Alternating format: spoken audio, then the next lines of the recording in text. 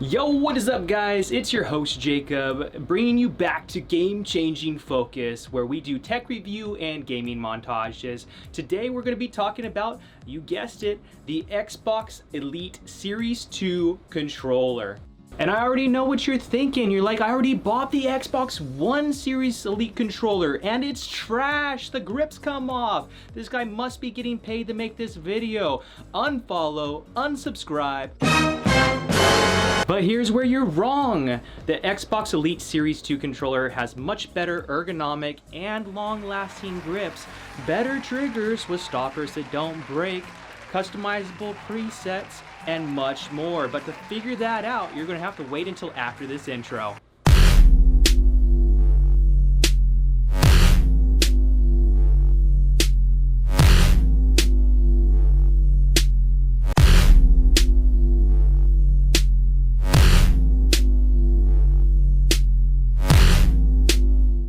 And I just wanted to remind you guys that you can catch me live if you want to ask me questions about tech, gaming, video editing. You can catch me on Friday, Saturday, Sunday after 10:30 p.m. Pacific time. So don't forget to catch me there. I'll leave the link down below along with the Instagram and socials. Also, if you like the intro of this video showing off the Changer Zone t-shirt and sweatshirt, you can find the link to the merch for those down below as well. Shout out to Chaos for checking out one of those t-shirts and sending a picture of it online from Instagram. Thank you so much.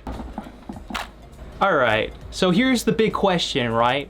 Is the Xbox Elite Series 2 controller worth it? Is it worth purchasing, period? Is it worth upgrading your current Series 1 Elite controller? Well, you gotta ask yourself some questions. Some of those questions are like, do I use the controller regularly? Do I use it often enough to justify the change in dollar amount? Do I care about having a solid grip and feel on the controller? Do I care about how long those grips are going to last? Do I want the versatility to aim my gun, shoot someone while picking them up and rezzing them at the same time on the controller, or any sort of multi-purpose action that controls direction while simultaneously hitting one of the buttons on the right side of the controller? The grip has been vastly improved. As you can see here, there's no soft seams where the glue might come apart and they'll start peeling up on you right away. It's a much more solid design. It almost seems like it's molded into the controller on the front side, which I really think is an improvement over the first series. If you want to check out some of this B-roll right here, you can definitely see how the design of the grips is much more fluid and structurally sound. The grip's been vastly improved by the fact that it is now a full wrap grip. It is hitting much more contact areas for the hand to the controller than the previous version was. This solved the problem that we had with the first generation with the old grips peeling off as your hands got sweaty, knees weak, arms and ready, throwing in batteries already. No, I'm just kidding. All right, but this does solve the issue that we had before, which is replacing batteries mid-match. The new controller has a 40-hour lifespan battery. And so far I can tell you from personal experience, I've had zero issue with it dying on me in the middle of a game. And I know what you're thinking, 40-hour battery? Like, that's crazy. First off, is it really that long? Secondly, how long is that battery gonna last? I don't like the fact that I can't pull it out, replace the battery, and keep gaming. What happens if it goes bad, if it's defective? And we'll get into the warranties a little bit later in the video, but for right now, just trust me that it's been a sound product for me so far.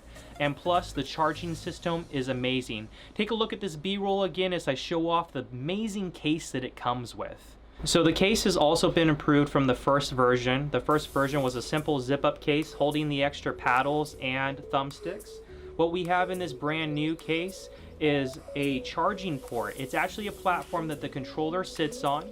Once you set it on that platform, it has a little bit of a magnetic connection, allowing you to set it right to the sweet spot every time. Once you do, the light will light up showing you that you're charging it, and that is because the pad that you set it on inside the controller case is plugged in by a USB-C cable, giving you a platform charger for your controller. This means you can store your controller and charge it, keeping that clean look on your desk you've always wanted. The new version still houses all of the paddles and thumbsticks along with an additional key. And we'll talk about that key later, as it's for tightening and adjusting the tension of your thumbsticks. So as you can see from the back of this controller, the 3 little dots down here, and that's what hooks up to your charging platform when you put it into your case. You can also see the very sleek lever design for the paddles, which I will note are slightly shorter than the first generation's paddles. You can put the first generation paddles into this controller. I did get a little bit of rubbing issues using the tops with the bottoms for the layout on this controller, but you can mix and match the old paddles with these paddles and make them work fine, which is great if you have any anodized or aftermarket paddles already. The new controller uses the USB-C for fast charging. It does have a direct port on the top of the controller, as well as the wireless platform you can hook it up to. If you look at the back of the case, you can see a little hole where the USB-C actually slides through the back of the case, plugging into the platform the controller goes on. Oh, Jesus, my thumbstick fell off. Oh, no, that's right. They're actually customizable thumbsticks, allowing you to change the depth inside the center as well as the height of the overall thumbstick. As you can see, the thumbsticks are removable. You can change their height as well as their indentation by swapping out with the other ones that come inside the case. Also, the paddles are removable. You can just slide them in and out of their slots and keep on however many or however few you'd like to use. The D-pad is also removable and can be switched out with more of a fighter style D-pad, which is great for rolling your thumb for those combos. As you bring your attention to the center of the controller, you can see here that you have one switch with 3 LED lights that are lit or not lit depending on which profile you pick.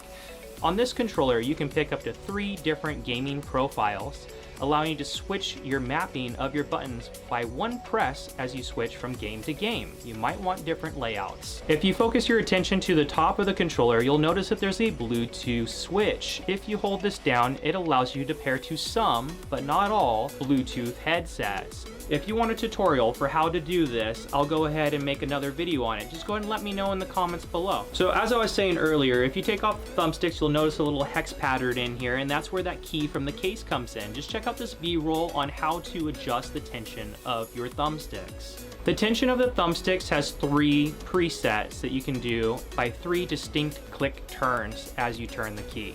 Alright, so now we're going to bring our attention to the back of the controller where we have these little switches above your paddles. The switches have a good solid switching mechanism, a good solid feel for each position you put them in. With each position, the pull of the trigger becomes shorter, perfect for your quick action shooters, and a longer pull for your racing games or those with a throttle response. The price of the old Gen 1 controller is about $149.99. However, the Elite 2 comes into a price point of $179.99. Personally, I think it is well worth it. I thoroughly got my value out of it. And if you were ever questioning whether or not you're going to get the value out of it because of how hard you are on controllers and then breaking down and inevitably you have to go and buy another one, then you're going to want to check out these warranties. Alright, so some of the warranties I've heard of is Walmart having both a 2 and 3 year warranty option. Definitely check at your local Walmart to see if this is still a thing. So they do have warranties that allow you to replace them. Walmart has a warranty at some point in time, hopefully still currently, that is $15 for a 2-year replacement for any reason and 3 years for $22. This means that you don't have to just get a replacement controller, but you can actually go in and have it swapped out for a gift card from Walmart, and you can use that on other items or a replacement controller. But this means for $15 to $22, you got almost 2 years out of controller and you just switch it out. That's a very inexpensive, amazing controller, well worth it. At the time of this video, I actually got my Elite controller through Best Buy. I've used them before and their warranties, they've always honored them for me. Now that is for a direct replacement of the controller itself. However, it was about $35 if I remember right at the time, and that has already been used 3 times for me. Now I know what you're thinking, he used it 3 times, he said it was a great controller. Well, that was for the Elite Series 1. That means I replaced the Elite Series 1 3 times, okay, within 3 years. Now what happened was on the last time, the Elite Series 1 was no longer available. Best Buy applied the credit towards the Elite Series 2. Now talk about an upgrade right there. They allowed me to repurchase the warranty on the Series 2, and I have 2 more years of coverage. And I heard Microsoft also has one of these warranties. It's a 3-year warranty if you shop directly through their store for $20. You save $2 off of Walmart, but you lose the capability of applying it towards a gift card for other purchases. So make sure that you figure out which sort of coverage you want in advance to pick which one is best for you. Some of the common concerns about the Elite controller were the LB and RB buttons along with the triggers. Many people had trouble with those failing as the trigger stops would no longer work or the LB and RB buttons would get jammed. I can tell you that so far the design of this one is much better than the Gen 1. I'm very hard on my controllers and did experience those problems with the first gens, hence the warranties that I just got done talking about. However, with this one, it's been a very solid feel. I haven't had any issues with it breaking, busting, sticking. I haven't had any stick drift issues, and especially with the tension control sticks, I don't foresee that really being an issue. But maybe let me know if you've had an issue down below in the comments to help out other viewers. Until then, it's been a miraculous product, and I can't wait to use it on Destiny and Apex later tonight. So one of the other cool things that's been confirmed is that the 2 controllers, both the Elite Series 1 and the 2, are confirmed to work on Xbox Project Scarlet. So the Xbox Series 1X, or is it the X Series X? I don't know how many X's or series are in there, but you guys have seen the other YouTube videos. You know which one I'm talking about. The Project Scarlet, okay? So the controller is going to work on both of those guys.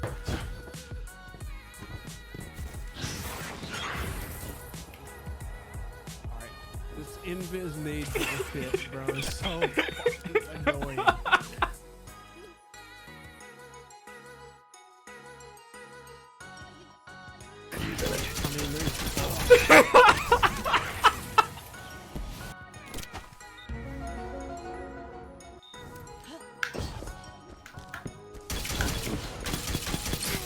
You wish. Oh, I'm talking shit now.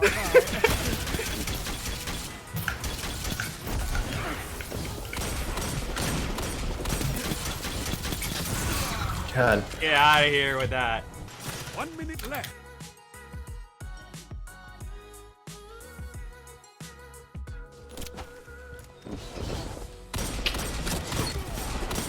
Oh, damn. There's that misdirection again. Other way. I agree. I was looking right at you. What are you talking about? Really? You're an asshole. That was so my fucking kill. 30 seconds left. You're leading. Hold Get your fast. ass back here.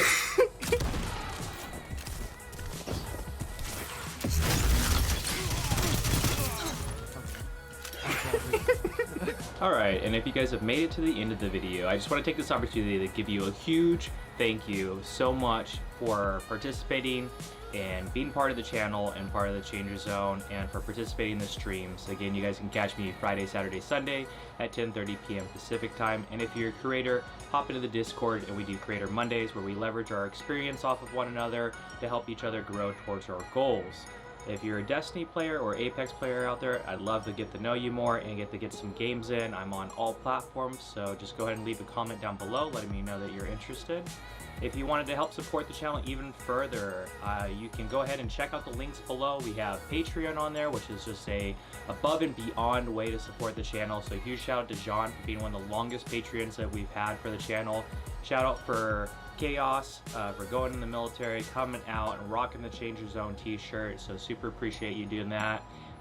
You know, Zanu, Justin, huge thank you, man. One of the biggest supporters of the stream of all time, and Rec and Avid for helping to inspire these videos and the graphics and all the behind the scenes work. So definitely check those guys out. I'll leave some links to them down below if you want to see their channels.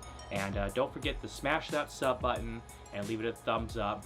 There's a new notification system, so if you want to click that bell, that'd be a huge help. It'll let you know when you can get more fire content about just knowing more things about tech and review. But the big change there is that when you click the bell, go ahead and select all so you see all the videos, and YouTube will show them to you. Again, huge thanks. Can't wait to catch you guys live on Twitch or in the next YouTube video. And don't forget to be a game changer.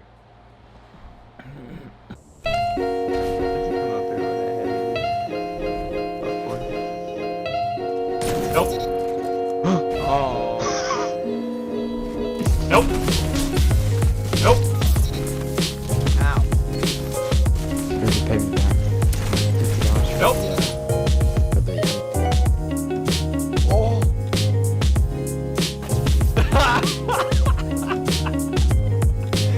Oh, these snaps are ridiculous.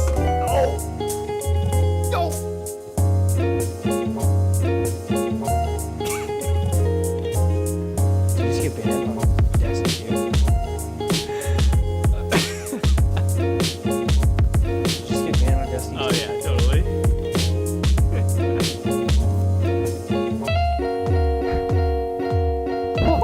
Hey, what's up, bud?